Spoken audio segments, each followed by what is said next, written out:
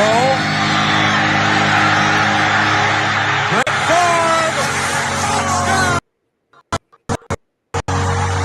Two tight ends set up for the Packers, and Favre back to throw his first one. Going deep, has a man open. Andre Rison does the dance in, and Favre got settled down in a hurry. So a bit of a risk. Pass is picked off. Tramon Williams, and he may go. They tried to bite off more yardage, and they just got burned. On third down and 5, pressure. Pass is picked off, and who is it? Big B.J. Raji for the touchdown. Punt fake. Wallace picked off. Nick Collins. Nick Collins on the return inside the 10. Leaps for the touchdown.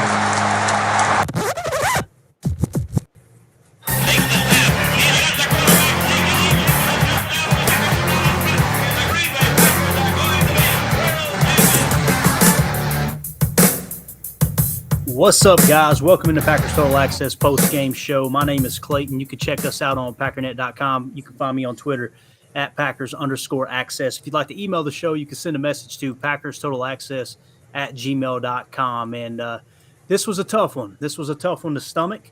And I've got joining me here. Also, we've got Jacob from Packernet Podcast.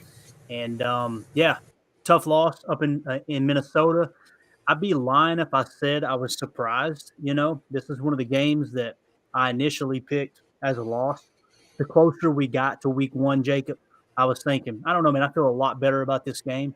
Of course, we wake up to the news that not only is our first string left tackle not playing, but our backup left tackle isn't playing. Oh, yeah, and by the way, our number one wide receiver has been ruled out. The chips were kind of stacked against us all week. But initial impressions from this game, Jacob. Oh man, it was a little bit of a heart attack pack moment for a while there. Unfortunately, it became less of a heart attack pack moment, more of just a kind of a boat race. It was weird, man. It was this game just felt weird.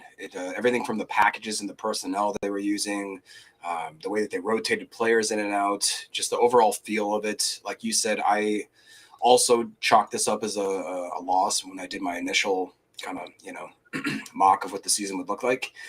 And there were certain things, I mean, oh Lord, if we could just go back and just have Christian Watson catch that first pass, man, just right. This game, it's night and day. I mean, I literally think it would be night and day. The amount of confidence that was lost versus what could have, been in that moment right there, to have our second round draft pick, we've had a lot of hype about Dobbs, but if Watson could have, on the first play answering on that, initial Vikings touchdown, if Watson makes that catch, man, it's just a different game, and that's just plain and simple. But I don't know, man, it was a heartbreaker, but it was, like you said, a little bit expected. So we'll move on. I mean, it wasn't as bad as last year, week one. So let's build and let's move on. Build a little momentum, right? Yeah. So obviously the Vikings come out on top 23-7 up there in Minneapolis, and tough game, but at the same time, given all the circumstances, it's not a surprise. I think there was a lot of opportunities left on the field. You mentioned Christian Watson's drop there, but again, man, he showed that over the top speed. And what amazed me about this game, and we're going to get kind of into the breakdown, we're also going to keep an eye on Twitter for when Matt LaFleur may go to the podium, so we could give you guys live audio of that when that happens. But the thing that really caught me about that drop, Jacob, was the fact that he was so open. And I thought, okay, let's really stretch the field today. Let's pound the rock. You guys know in yesterday's episode of Packers Total Access, I kind of did a scouting report, if you will. And the main thing I talked about is stay with the run, lean on the run, because their run defense is weak, both in Denver and in Minnesota last year. Of course, Ed Donatello comes over from Denver, and this is kind of the direction that the league's going in. It's almost like they're willing to give up the run to stop the pass. And I feel like in that situation, you really need to stick with the run. And what's sad about this game is we had a lot of success running the ball. We really did. And let's go to the first quarter. First of all, one of the things that really popped to me was Quay Walker and him flashing. You know, him having him on a little bit of bracket coverage with Justin Jefferson, bumping him at the line, and then also just he was all around the ball all night long. Jacob, Yeah. what did you think of Quay initially? And we'll get into the injury news here in a little bit. It seems like he might have been a little bit banged up as the game ended. What did you think about Quay? I mean, yeah, man, that was probably my highlight of the game was Quay Walker. He was everywhere. And I believe, 8 total tackles, 7 solo. I mean, the guy, he looked like a freight train out there when he seems to make contact. He does not seem to go backwards. He had one, I believe, initial play where he kind of missed a tackle or took a bad angle. But after that, man, he just seemed like, if they threw it in the flat, he was there very quickly. He can close that speed, that gap really quickly.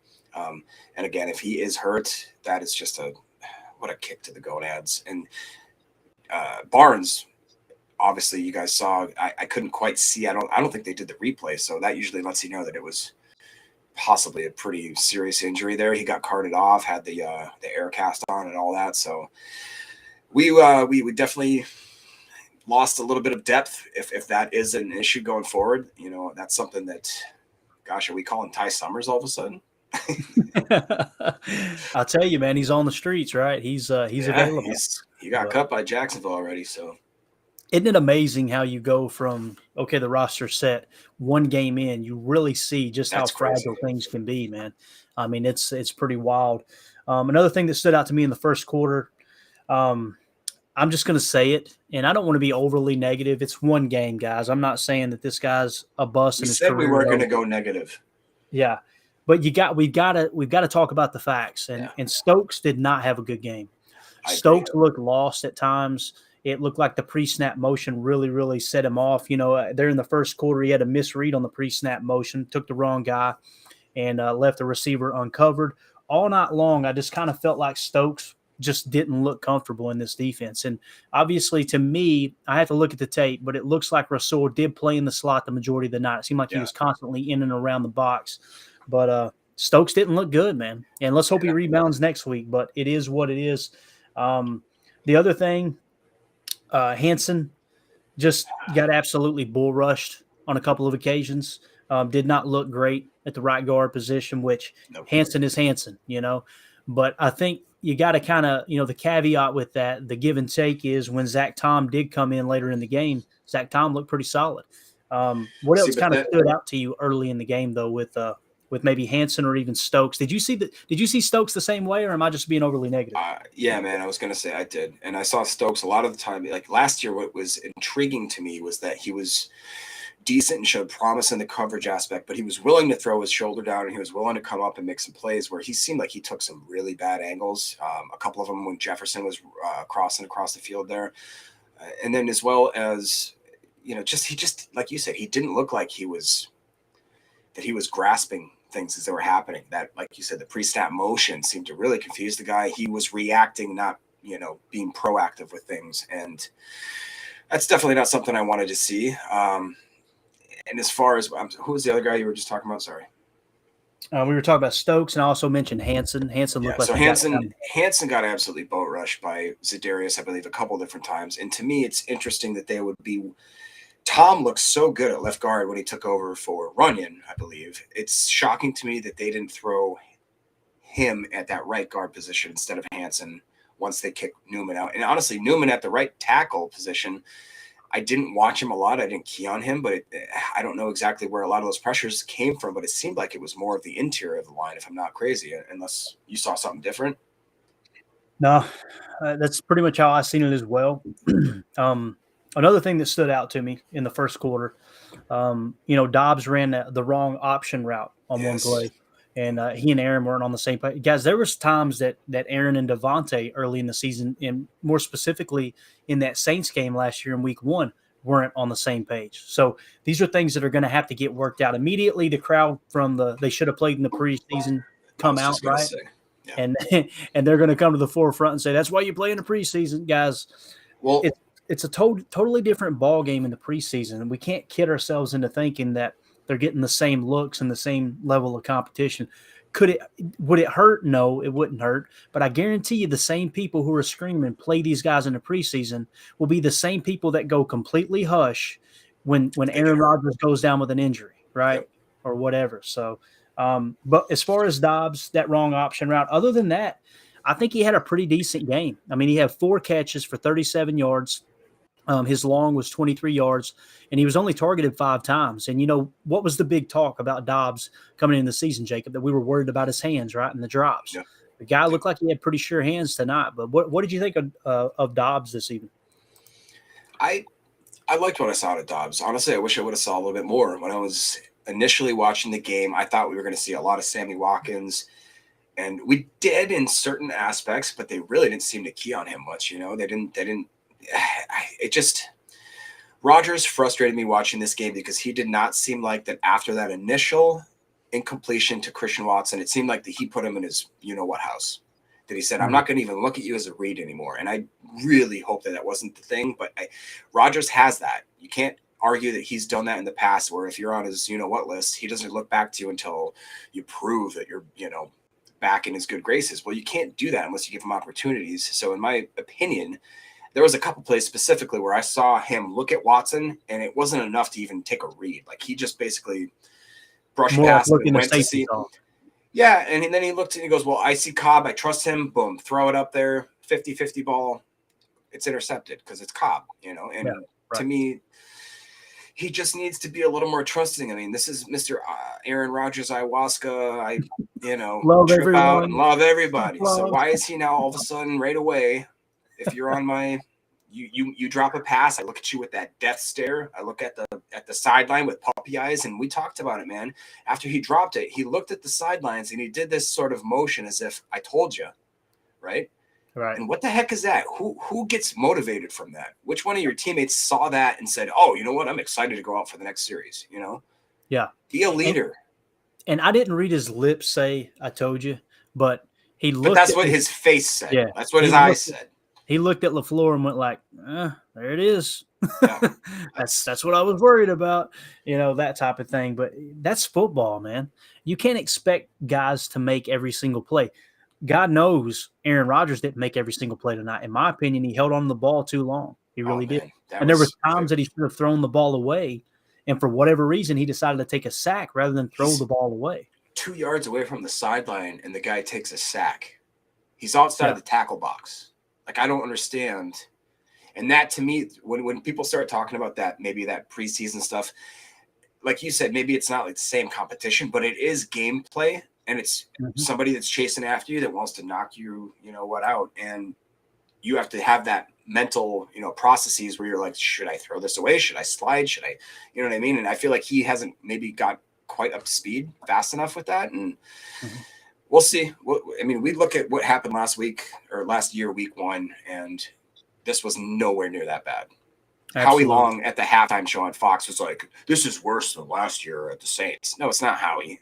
Yeah. By the simple score, it's not. So just pump the brakes. Yeah. That, and you had Devontae Adams on the roster, and you got beat worse. So yes. I'm tired of hearing that. Exactly. But we got Matt LaFleur at the podium. Let's take a peek in there and see what he's saying real quick. Jacob, let's see what the coach said. Our ability to win games. So he's a guy that you got to account for in every play, and it does make it tough when there's 2 creatures out there that are pretty good. And, give them credit. They had a great scheme. They weren't going to try to give up big plays. They definitely kept a lid on top of us for the most part. And when you do that and you're trying to throw some big time plays, that allows sometimes the pass rushers to hit home. It seemed like one of the areas your offense had success was on the ground. I think there were some stretches of the area. I know the score got out of hand late early in the game, not having more run opportunities. That's how you look back on it. Yeah, absolutely. I think anytime Aaron Jones comes out of the game with 8 touches, that's not good enough. And A.J. Dillon, he have 10? Amen. So that's not good enough. After what you saw from the defense all camp long, were you surprised by today's performance in any way? Yeah, I would say so, but you also got to give Minnesota a lot of credit. We knew that, they've got some really good players. Starting with the offensive line, I don't think they get the credit they deserve. I think that, everybody knows about the two receivers. Irv Smith's a hell of a tight end, and you got Dalvin Cook and Madison to worry about in the backfield, and Kirk has been playing at a high level for a really long time in this league. So that is on paper, and then they went out there and executed. That's a really good offense. I got a lot of respect for Kevin O'Connell and Wes Phillips in terms of their ability to coach, and I know where they come from, and I know they're really great coaches, and that can be a deadly combination. What Dave said about the defense on the offensive side, there has been some inconsistency from what we at least. All right, for whatever reason, I can't pause that. So, so you heard Coach LaFleur there talk about Aaron Jones not getting enough touches, right? And that's definitely one of the things that stood out to me. Going back to the first quarter, though, there was a really cool pressure there with Kenny Clark and Preston Smith. As frustrated as we did get at times that there wasn't enough of a pass rush, Jacob, there were times that they did get in Kurt's face. Now, the thing that I didn't like was how they were doing that wide rush, right? They had more of a 5 or a 7 technique on the edge, and there was a lot of space in the middle, and it allowed Kirk Cousins to really step up in the pocket. Well, everybody knows Kirk Cousins is not a mobile quarterback. Right. If anything, you want to get pressure in his face, right? So I think that was more of a schematic error, in my opinion. But again, Kenny and Preston getting a little bit of pressure there, and Pat O'Donnell really stood out. One thing I can say coming out of this game is the punting game, the special teams are light years ahead of where they were last year. Now, granted, all that really, really came to fruition and came to a head, I guess, if you want to put it that way, at the end of the season. But I feel a lot more comfortable about special teams. And also there in the first quarter, there was a Rashawn Gary sack where Rashawn Gary and Preston Smith both lined up on the same side. And they looked to me like Preston was in a 4 technique and Rashawn was in kind of a 3 technique. I mean, they were side by side. I really like that kind of exotic blitz look there. So, yeah. What do you think? What stood out to you about Rashawn Gary? And I think I know what your answer is. Well, I said this throughout the game is I don't understand what they're doing with Rashawn. That being Joe Barry. I saw Kingsley Enagbare and Jonathan Garvin out there, in my opinion, almost as much, even if they're out there 1/3 of the time as the other two. I think that's too much. And I feel like they were out there maybe even matched. It seemed unbelievable. I couldn't tell you how many times I looked up there, and if I saw Gary, then Preston wasn't there. If Preston was there, then Gary wasn't there. It was Kingsley and it was Garvin, or Kingsley and Preston. And to me, I don't understand. And this was usually on first down, sometimes on third down. I get it. If it was only a 3rd and long, you want to get Kingsley in there, a pass rush specialist type person. But on 1st and 10, if you have Garvin and Kingsley out there as opposed to Preston and Gary, like half the time, I don't understand that. You can't explain to me how that's a benefit. And if you'd say that they want to save them for snaps, well, that's ridiculous because we saw how well that worked. So, yeah, definitely. Moving into the second quarter, again, moving Rashawn Gary around and got some pressure from Kenny Clark as well. I felt like those two guys, I wouldn't be surprised to look at their PFF grade, and they grade out pretty well. You had Tunyon on the crosser. To me, he looked healthy, but again, that was a player that kept disappearing. I don't know if they had him on a certain snap count, like a pitch count, if you will. They wanted to kind of ease him back into that starting role. If that's the case, that's understandable in my opinion. It just kind of caught us all off guard, and it's like, why are we playing our backups right now? This is a divisional game on the road. Why are we playing our backups? If I have to see my 4th string tight end, Tyler freaking Davis, why is he out there for the bulk of the plays? Right. If you say sift block, I'm going to slap you. I swear to God. Y'all are tired of hearing about the sift. Man. I can't handle it anymore. My new hashtag on Twitter is going to be respect the sift. Respect the sift. All right. So Aaron Jones made a couple plays in the flats, right? You had Dylan having a catch out of the backfield as well there in the second quarter. Started to create a little bit of momentum. To me, their second quarter adjustment looked pretty good. It really did. After the devastation of the Christian Watson drop, I really felt like in the second quarter, okay, we're starting to cut the corner. And then once we got into the middle 8, it just got ugly. First of all, Quay Walker was always around the ball, even into the second quarter. He's so quick, and he's one of those guys that tackles with his face. And hopefully he can stay healthy. I mean, he literally is putting his face into that ball carrier, and he's just trying to run through him. I love everything I've seen out of Quay Walker. Never at any time that I go, oh man, that's a big mistake by Quay. To me, he played fundamentally sound. He showed that athleticism and someone that I'm really, really excited about seeing in the future. Now, when we got into the middle eight, right, when we started the middle eight, basically the last 4 minutes of the second quarter, this is when things become really, really crucial. And what happened? You had Justin Jefferson absolutely burning Darnell Savage, what seemed like all day long. Darnell Savage, guys, I know there's a few people out there still running their victory laps because they picked up his fifth-year option and they're going, I told you he was good. I told you he was good. Darnell Savage is still playing like garbage, period. Okay. Yeah. And it amazes me. And I'm going to get a little bit heated here, Jacob, but I'm going to do it because I'm so sick of seeing people jump on Twitter and post videos and go, look at this awesome play Savage made here. He's not as bad as everybody's made. You pick 2 or 3 good plays out of an entire season. I could go down here and find, drunk George at the local, Kmart hanging out on the curb and put him in a whole season of NFL play, and I could probably find 1 or 2 plays where he did something okay and got in somebody's way. It just amazes me how people cling to that because, like, it's okay to admit, you know what, I was off on that. I have to admit it on a daily basis. I'm married. I'm always wrong, okay? It's just the way it is. But Darnell Savage, man, I don't know, Jacob. He looks lost in his defense. Am I too critical of him, or did you see the same thing? No, we talked about it. He seemed lost. He seemed not confident. He did not seem like he could understand the concepts when the offense started doing any sort of cross motion or jet motion or anything like that. And we saw it with the crossing routes.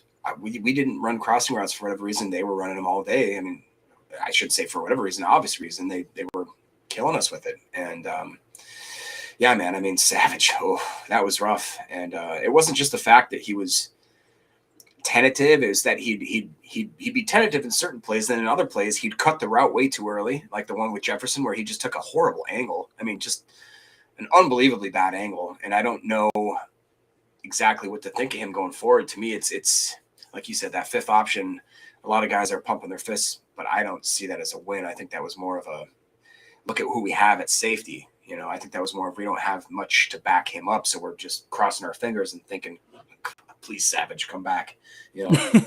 Exactly. All right, looks like we got 12 at the podium. Let's go see what Mr. Ayahuasca has to say here and see if he's got – I'm really eager to see his mood here. Let's see what Aaron's got to say. Well, never mind. Looks like we're waiting on Aaron, so we'll get to that here in a second. Get him on speed dial. Fashionably late. Get him on speed dial real quick, Jacob. Give a call. I know you got his cell. Yeah, he don't. Here we go. Here we go. Never mind. We got him now. Let's see what 12 had to say with that new fresh haircut. Shuffling around. We got some papers on the podium. You don't have your starting offensive tackles out there. Excuse me. Do you kind of say you'll be okay when you're back at full strength, or I guess how do you do it? That's an excuse, so we don't like to say that. These guys are NFL players. There's expectation, whoever's in there, that they're going to play well. We had a lot of chances today. I'm not taking anything away from their defense, but we hurt ourselves many times, myself included. I had a lot of opportunities to score more than 7. Aaron, last year we sat in Jacksonville and people got all worked up that Aaron's not, saying this is a total disaster or whatever, and you came out and obviously you guys were fine. Do you feel any differently coming out of this one than you did last year, or is it fairly similar? Oh, no, I feel like we had a much better performance. We scored 4 more points than we did that day. Build on when you compare the two. Look, it's tough to win in this league, and definitely tough to win when you get in your own way too many times. So felt like, we did some good things. We maybe, got to get some more touches for Jonesy and Dillon. Yes. Made a lot of mistakes in the perimeter, missed some throws. So there's a lot to clean up all the way around. Jacob, that right there, man, that really sums it up for me. The Vikings there in the middle 8 too, they stayed with the run, right? They went back to the run. They stayed with it. Yep. And what that really did was opened up Jefferson on that mid-level. Now, it doesn't help that, like we said, Darnell Savage crapped the bed, right? And you literally had arguably the best receiver in the entire National Football League, at least a top Running 5 free. receiver. He was just running butt naked, right? I mean, absolutely butt naked through the trailer park. Dude didn't have anybody around him, right? Nope. Um, Nope. that's going to happen, man. That's going to happen, you know. And I like what Aaron said there, though. Look, myself included. He's taking Yeah. look. It's on me, and I love what he pointed out there too. Like I think he pretty much said what we said. It wasn't as bad as the Saints game last year. Let's stop Exactly. pretending like this is the end of the world. But again, we don't have Devontae Adams to lean on, and I think that's something Aaron's got to make an adjustment. Right? He's got to adjust to how things are going to operate this year, and it's just one game, you know. And you know, like you know. Guys said in the comments on the live stream tonight, Jacob, it's true. I mean, you don't play in the preseason, you're going to be rusty, right? I don't think it's just a coincidence that they really turned it on in week 2. Now, thank good, sweet baby Jesus that we got the Chicago Bears next week, right? Because you cannot look at that game against the Niners today and claim that the Bears are a good team. I mean, that was a sloppy mess. Trey Lance couldn't hit a bull in the butt with a mop, bro. That dude is not a quarterback, at least not right now. I think it'll be a great chance to rebound next week and obviously being at Lambeau Field. But what'd you think about what 12 said there, man? I mean, it kind of rings true, right? I'd like to see him call people out, but then still, like you said, be humble and say that I myself as well. Because, like you said, man, I saw him patting that ball way too long. I saw him making horrible decisions. The way he scrambled it wasn't like it was almost like he scrambled into being sacked. It wasn't like he was trying to avoid pressure. You know, Aaron Rodgers of old, he seemed a little, I don't want to say scared, but he seemed timid. He seemed very conscious of the fact that he didn't want to get hit. And, you know, I get it. He's 40 years old or something like that now. So, I mean, he's getting up there. But I like the fact that he said, you know, basically, to me, I heard we played a better game than we played last year against the Saints. If that's the case, that means that I have way more hope going forward. Obviously, like you said, next week we play the Bears. The Bears did not look good today, man. I mean, if you watch that game, the Niners lost that game. The Bears did not win that game. So absolutely, I'm not freaking out yet. I'm in that relax zone. Yeah. I love what they said, though. You know, you were missing your 2 tackles today. The media gave him an out, and Aaron said, it's just an excuse. Yeah. That's all it is, an excuse. These are NFL players, and I completely agree with that. At the same time, the fans that came into this game thinking that we were just going to go up in Minneapolis and manhandle the Vikings with our first, not only our starting left tackle, but also our backup left tackle. We were down to our 3rd string left tackle, and everybody likes to look at the depth chart and go, no, Yosh is the backup. Everybody knows that Elton Jenkins would be the starting left tackle if he was healthy, right? So just got to get those guys in the lineup. Now, going back to the middle 8, as we got into the 3rd quarter, now keep in mind, guys, you lose the first half of the middle 8, the last 4 minutes of the 2nd quarter. Then you come out in the 3rd quarter, you get the ball back. That's why you defer to the 2nd half. Okay, let's create some momentum. Let's try to at least tie that middle 8 score. And what happens? You get a sack fumble right off the bat, right? That cannot happen. And that's one thing I do put on Aaron Rodgers tonight. He held onto the ball too long. Some of it was play design. You know, when you watch Kirk Cousins, when they ran play action, it was a straight drop back, step up in the pocket, deliver the ball. You had Aaron with a lot of, I wouldn't call them traditional bootlegs, but there was a lot of moving and sliding out of the pocket. Maybe they did push the A gap. When I go back and look at the tape, maybe I'll say, oh, wow, they really did push the A gap a little bit. But to me, it was more of Aaron just, you got to get rid of the ball, man. You got to throw it away. You got to live for another down. Taking a sack, I mean, there was on 3 occasions that I've seen, he took sacks where he could have threw the ball away. So that's when that definitely got me. And then also there early in the 3rd quarter, Jacob, we lost our mind. Preston Smith was somehow covering Justin Jefferson. Yeah. That made me think Joe Barry was on the ayahuasca. I'm just being honest. I was like, how is Preston Smith covering Justin Jefferson, right? And Rasul was kind of flying around, right? You know, he was screaming in the box, making tackles. I thought Rasul played pretty good, especially against the run. There was one time he kind of overshot the tackle, but I'd rather, like I said on the live stream, man, if you're going to make mistakes, make them big. Just don't. You can't leave people butt naked, and you can't just kind of play scared and timid on your heels, right? Then of course we had, to the best of our knowledge, it sounds like John Runyon left with a concussion, right, Jacob? I believe so. Yeah. And we had Nixon go down. He had made a great play. I think it was on a 3rd and short, or maybe it was a fourth down even. And then it looked like he separated that shoulder almost immediately. It did not look good. And then, gosh, we had Barnes go out. Like we said, we had to get the card out for him. So it went from bad to worse real quick once that second quarter was done and we went into the fourth. It just kind of seemed to snowball a little bit. And I don't know, man. It was just weird. The personnel packages, again, I want to touch on that.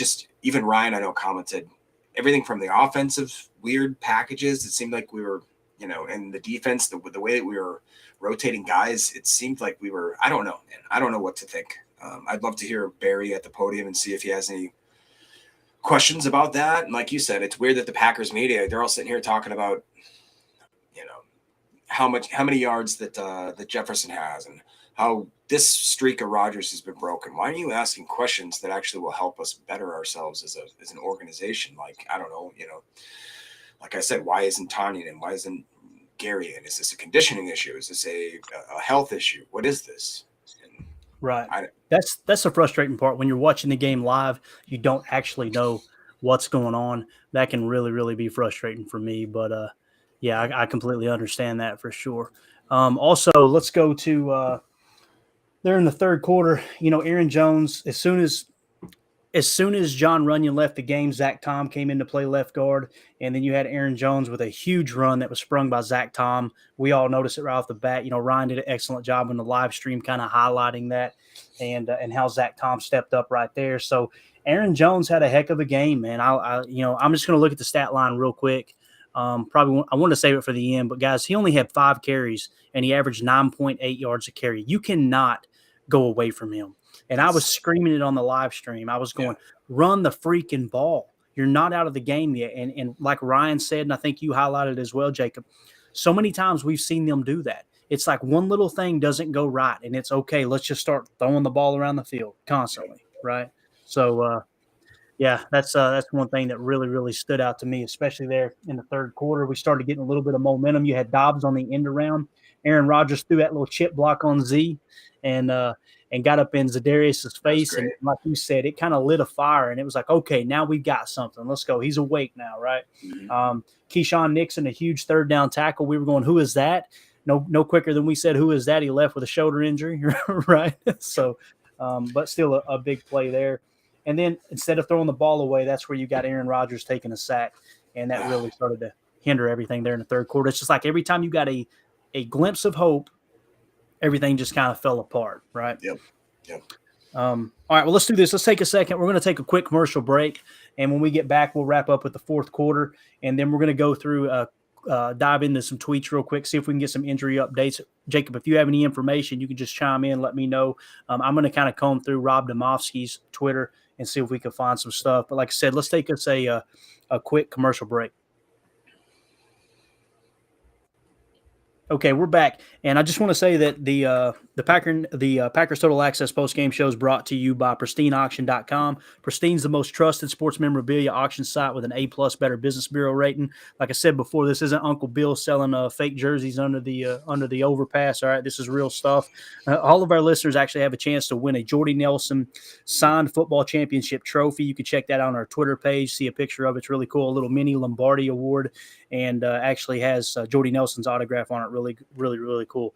All you got to do is head over to pristineauction.com, click register on the top of the page. When you register, use a registration code FAVRE, F-A-V-R-E, and that'll enter you into the contest. As a bonus, Pristine Auction will kick in $10 off your first winning auction. So, guys, you don't even have to place a bid. You don't have to win an auction to enter in that contest. Just register, enter the promo code FAVRE, and you'll be entered into that. And again, if you do decide to buy something, $10 off your first winning auction. Every item on pristineauction.com comes with a certificate of authenticity from the industry's most reputable authenticators. And that drawing for the Jordy Nelson Trophy will be held Monday, September the 19th. Now, getting into the fourth quarter, Jacob, what stood out to you there as we came down the stretch in the fourth quarter? Because I kind of felt like going into the fourth, okay, we've got a shot here. It's a very, very low chance, but we got a shot. But what did you think about the fourth there? Yeah, man. I mean, like you said, after that Zadarius, when Rodgers threw the shoulder down, he actually got knocked down a little bit. He came right back up. And even Za'Darius seemed like he locked eyes with him. They talked the smack, and then Za'Darius broke contact. He looked away first. And Rodgers then was like, you could tell the guys got jacked up. You could see that there was a little momentum swing.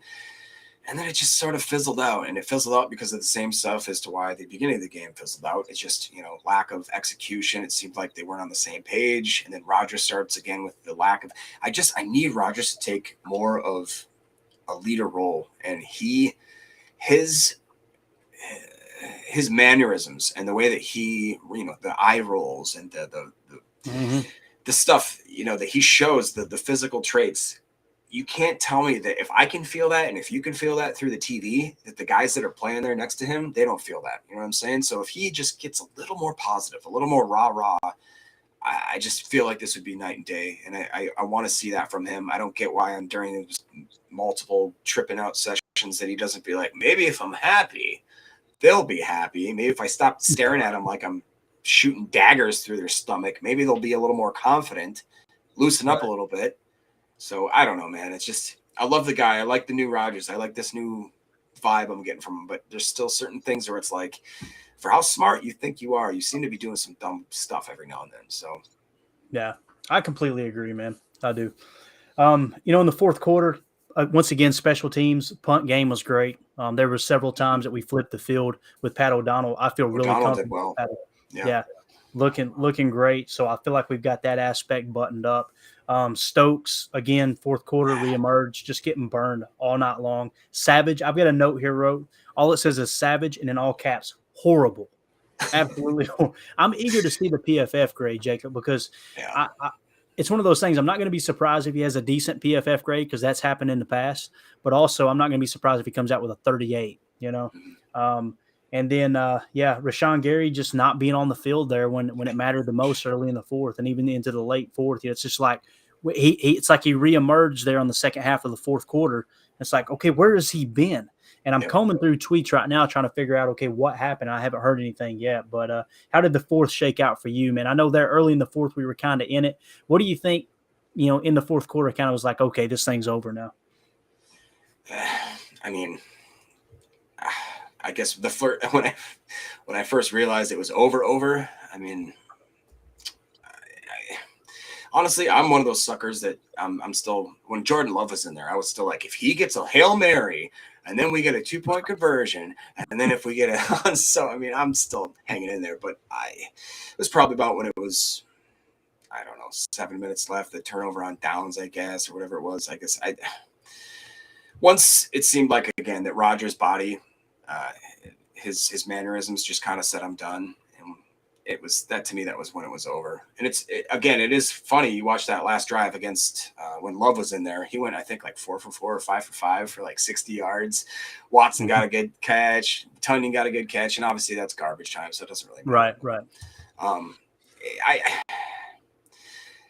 That's a hard question, man. I don't know when I actually gave up on the game. It just felt like that the players gave up on the game around midway through the fourth quarter and just kind of decided that it was going to be a loss, and they seemed to play that way. Yeah, and when they came out in the second half, I was happy with the energy they brought, right? I felt like, okay, they're going to fight. They're going to fight to the end. But it just all kind of fizzled out. And every time we looked up, you had both an Agbar and Garvin on the field. There was no Preston Smith. There was no Rashawn Gary. And then on the offensive side, okay, we got our backup tackles in. Okay, this sucks, right? Okay, the two biggest playmakers we have on offense, which I talked about in the game plan episode, was, hey, look, we've got to get Aaron Jones and A.J. Dillon the ball. We've got to keep them in the game. To me, this game was to be won in the running game, period. Case closed. And run a little play action and come off that. But when you get into those first down situations, you decide to pass. It's just like, what are we doing? They're not even going. They literally said, look, we're going to give you the run. I mean, the stats show it. You're talking about Aaron Jones averaging 9.8 yards a carry, A.J. Dillon averaging 4.5. And then even in the receiving game, A.J. Dillon, 5 catches, 46 yards. And you had Aaron Jones, 3 catches for 27. What was that? Dillon was our leading receiver. I think I mentioned that on our fantasy podcast, that I wouldn't be surprised if Dillon or Jones, and I thought more Dillon, because everybody's, the whole projection now is that Jones is going to be the guy. He's going to be the guy we're splitting out. He's going to get a lot of the passes. And I always said, Dillon, just because they didn't force it to him at Boston College, they didn't know the guy can catch, and he's a very good receiver for how big he is and how, he can really move with the ball. So I was not surprised to see that Dylan did take a bulk of the receptions at the end of the game there, and he caught 5 balls off of 6 targets. So, and like you said, even if you look back at the Minnesota seemingly ran away with the game as far as the rushing. They had 28 carries, 126 total yards. We had 18 carries, 111. You know what I'm saying? We just didn't run as much as they did. If you give us even 10 more rushes, I bet you we're greatly surpassing that. And so it is frustrating. I think LaFleur maybe definitely from what the small press conference clip we just, saw live, I think he's acknowledged that. I think that he's going to go home tonight, and that's probably the thing that's going to be sticking with him as he goes to bed is that, man, I should have used Aaron Jones more, should have used the running game more. So we'll see, hopefully. Yeah, sorry. He kind of took ownership of that too. I don't think it was a situation where Aaron was going away from him. I think the play calls just when he was going down the play call sheet, he happened to be calling plays that just weren't running plays. I kind of feel like it was on LaFleur, and I love the fact that both are willing to take responsibility for that. As far as injury updates, Rob Domofsky, this was a couple hours ago before the game was actually over. We talked about Barnes leaving. He left with a lower right leg injury. They actually put an air cast on him and carted him off the field. Then earlier you had Keyshawn Nixon with a shoulder injury left, and then you had linebacker Quay Walker had a shoulder injury. It said he was questionable return. Jacob, do you know if he returned or not? I don't think he did. No, I do not believe he did. Gotcha. So we immediately went down to O.J. McDuffie, right? I say O.J. because what is his name? What's his first name, McDuffie? Isaiah, yeah. O.J. McDuffie was the receiver for the Dolphins, I think. I was going to say, okay. Yeah. So I was trying to comb through here, too. I know it was a concussion. It says, Zach Tom is now at left guard while Runyon is being evaluated for a concussion protocol. Yep. So if there's one positive that comes out of those injuries, in my opinion, we've seen Zach Tom can kind of hold his own. It seems great. Time he's on the field, I never feel like he's a liability. We may look at the tape and see a few things and be like, okay, he got blew up there. But on the surface, that's kind of how I feel. But anything else you want to cover before we get to our dogs of the week? Man, it was just interesting to see that they used Romeo Doubs on one of those end rounds as well as Watson. I would have thought that I'd see maybe more Jets motion. I didn't see much of anything from Amari, which I really thought that being that we only carried the 2 running backs on the team, in my head and a lot of people's heads, to me that signified that Amari Rodgers was going to be doing a lot of Jets motions, a lot of sweeps, maybe even some third running back rolls and that kind of stuff. I didn't see him in the game. I don't remember a single snap other than doing punt return and kick return. And that being said, Dobbs had that one end around kind of sweep for 11 yards. Watson had the one for 7. It seemed like we were having success with that. And I don't understand why we weren't doing that more, why we weren't doing more pre-shift, pre-snap motion, that kind of stuff. So that's the only thing I'd like to see more of.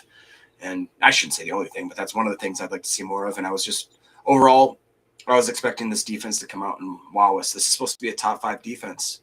This looked like not a top 5 defense. That looked like a bottom 5 defense. That did not look good. Yeah. And, I know we talked about this on the live stream. I never looked at them as a top 5 defense, and rightfully so if people do, because that's all people have been talking about. It's like this defense is just going to be outstanding. It's going to come out and wow, and they were talking about in camp and this and that. Now, here's the 2 things you got to put together. Keep in mind it is our backup tackles, but all camp long it was pretty much our backup tackles and team drills, right? So putting that into perspective, now you're seeing why the defensive line and that defensive front dominated. I mean, the Vikings came out and dominated the offensive line. There was pressure in Rodgers' face all day long. So what it tells you is our offensive line is a little weak, and it's not so much the defensive line. Now, I don't think we're in a position where they can't be great. I think there's a chance they could be a top 10 or maybe even a top 5 defense. There's just a lot of things that's got to change. And we went up against the best wide receiver in the game today, and there was not a game, not the best, I'm sorry, one of the best wide receivers in the game. And there was not a game plan built around we've got to stop Justin Jefferson. When I did the game planning episode there on Saturday, that's one of the things I had circled. And one of the key factors was you have got to stop Justin Jefferson. You've got to force him to play left-handed. You've got to. And it just didn't happen, whether it was miscues or just bad scheme that was put together. Again, this is one of those games that I expected the Packers to lose, but it would have been nice to go up there and get a dub. I would be lying to you if I said I expected them to lose this way. I thought it would be, maybe a 3-point game, and I wouldn't have been surprised if the Packers won, right? But Yep. all right, let's do it. Let's get to our segment that we refer to as our dog of the week.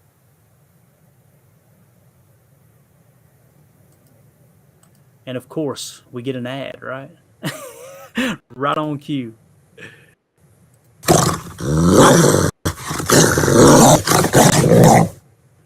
All right, it's time for our dog of the week. Jacob, who is your dog of the week, man? It's a tough loss, but at the same time, man, there were some players that did stand out a little bit and that we've got some stuff to build off of. But who was your player of the game, your dog of the week? Yeah, mine has to be Quay Walker. Again, the guy he was everywhere. He was flashing around, very quick to close the gaps. He seemed like he was moving laterally very well. He could take on blocks. When he, like you said, when he tackles people, he seems like he just puts his whole face into their chest and he's like, "You're mine now." And he just drops them. And he finished with 8 total tackles, 7 solo for a while there. He was far and away the leading tackler for the Packers. And then Devondre Campbell ended up becoming the leading tackler for the Packers with 11 total, 5 solo. But Quay Walker was second with 8, again, total and 7 solo. And I pray to the sweet baby Jesus that he's fine and that injury is nothing serious, because, man, that would just be such a blow right away to that defense. Not only just underperforming in the way that we did, but to have our star number 1 draft pick have to, for whatever reason, sit out for any amount of time would be just another, again, kick to the you-know-whats. Yeah, and the thing that stood out to me about Quay Walker was he flashes more than Devondre Campbell. Devondre Campbell was arguably the second best inside linebacker in all of football last year. And when Quay Walker was beside him on the field, it looked like Quay Walker was twice as quick and twice as violent. I mean, it really, really did. I like what I've seen out of Quay Walker. Let's hope that injury isn't serious for sure. But as far as my dog of the week, it's got to be A.J. Dillon. I mean, the guy did his job, right? 10 carries for 45 yards, averaged 4.5 yards a carry, had a touchdown, the only touchdown of the night, right? And he also had 5 catches for 46 yards and basically averaged 9.2 yards a catch. And on top of that, averaged almost 5 yards a carry. Like you said, he was our leading receiver tonight. That doesn't surprise me. Another guy to mention, obviously, is Aaron Jones. The fact that he only got 5 carries just absolutely blows my mind, Jacob. It really does. For 50 yards? What's that? For 50 yards? Yeah, 5 carries for 49 yards. What's crazy is, 5 carries for 49 yards, averaging 9.8 yards a carry. But in receiving, he had 3 catches for 27 yards. So when you average that out, he averaged 9 yards per touch, period. That's crazy. Yeah, you've got to feed him the rock. He only touched the ball 8 times, and you heard LaFleur say that. We can't just go into a game, come out of a game with Aaron Jones only getting 8 touches. I mean, you've got to. I love A.J. Dillon, and like I said, he's my dog of the week. He kind of carried the load on offense. Again, that's like, saying you're the stinkiest turd in the punch bowl. You know what I mean, tonight, because the offense really, really struggled. But at the same time, A.J. Dillon, I think, is going to be a great player for us. He gets my dog of the week. Got to get Aaron Jones more touches, man. It's just got to happen, period. So what else you want to cover here before we wrap this big bear up, Jacob? Man, I mean, it's like Roger said, it was just missed opportunities. It wasn't that there wasn't – I'd be way more depressed and I honestly am very happy with the way that I have carried myself throughout the live stream. I didn't cuss that much. I didn't scream. You did see me go a little bit crazy, body language style, but this game could have been a lot worse, and I think that we need to focus on the fact that there was, again, we should have had 7 points right away on our first play to our rookie receiver. It would have been a whole different. I mean, you talk about the sway of a opinion of somebody versus that catch being dropped versus the first touch of the guy's NFL career as a 50-yard touchdown, or if it was against the Vikings. Who knows what the rest of the game looks like after that. That being said, we left a lot of plays out there, like Roger said, and we just need to get better. We need to capitalize on the opportunities that they give us. And I'm not freaking out right now by any means. I would have been and was way more worried last year after that trouncing by the Saints. So this to me is a building moment. Tomorrow, or next week, if we lose to the Bears, then you might see me start freaking out a little bit. But Right, right. I agree. You've just got to kind of take this loss, do like pull a Bill Belichick, go out to behind the practice field, dig a hole, throw the game ball in it, cover it up, move on to Chicago, period.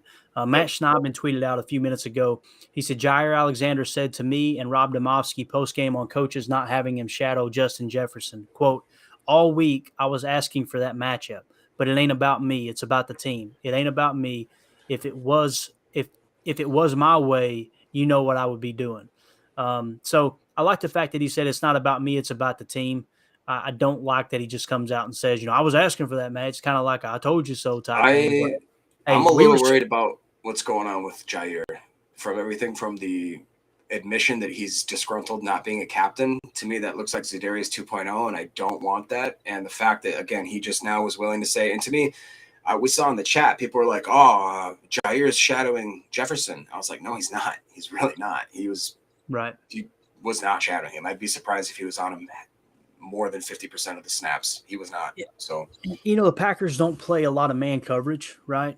They don't. And the thing that got me though was there were so many times that Justin Jefferson was in an area where it was only safeties. Period. There was no corner playing. There was no bracket whatsoever. It was just like, we're going to treat him like another player on the field, and you got burned. It's just that simple. And what do, man? You go back to the drawing board, right?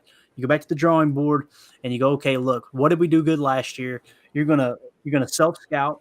You're gonna look at this game plan and go, okay, where did we go wrong? And we're going to be ready for them when we play them later in the year, period. And just to look at the final stat line, first of all, Jordan Love, it was mop-up time, but 4 or 5 for 65 yards. Quarterback rating of 118.8. Again, it's mop-up time, but Jordan Love shows he's accurate, and I think he is a serviceable quarterback. Now, Aaron finished 22 of 34 for 195. He only averaged 5.7 yards per attempt. Or I guess on average completion, I should say. 1 interception, no touchdowns, QB rating of 67.7. We talked about Aaron Jones. Now, here's what's cool. Romeo Doubs, 1 carry, 11 yards. Christian Watson, 1 carry, 7 yards. So the end arounds did add a little bit of chicanery, but at the same time, the game was kind of out of touch. You can't really go to that much at that point. Receiving, A.J. Dillon, like we said, led the way. Then you had Romeo Doubs, 4 catches, 37 yards. Bob Tunyon, 3 catches for 36 yards. Christian Watson, 2 for 34. Should have been 3 for 112. Yes. But, again, Christian Watson was targeted 4 times, only had 2 catches. Romeo Doubs, though, man, that gives me a lot to look forward to there simply because he was targeted 5 times, made 4 catches. Josiah DeGuara got a little bit involved, 2 catches for 28 yards on 2 targets.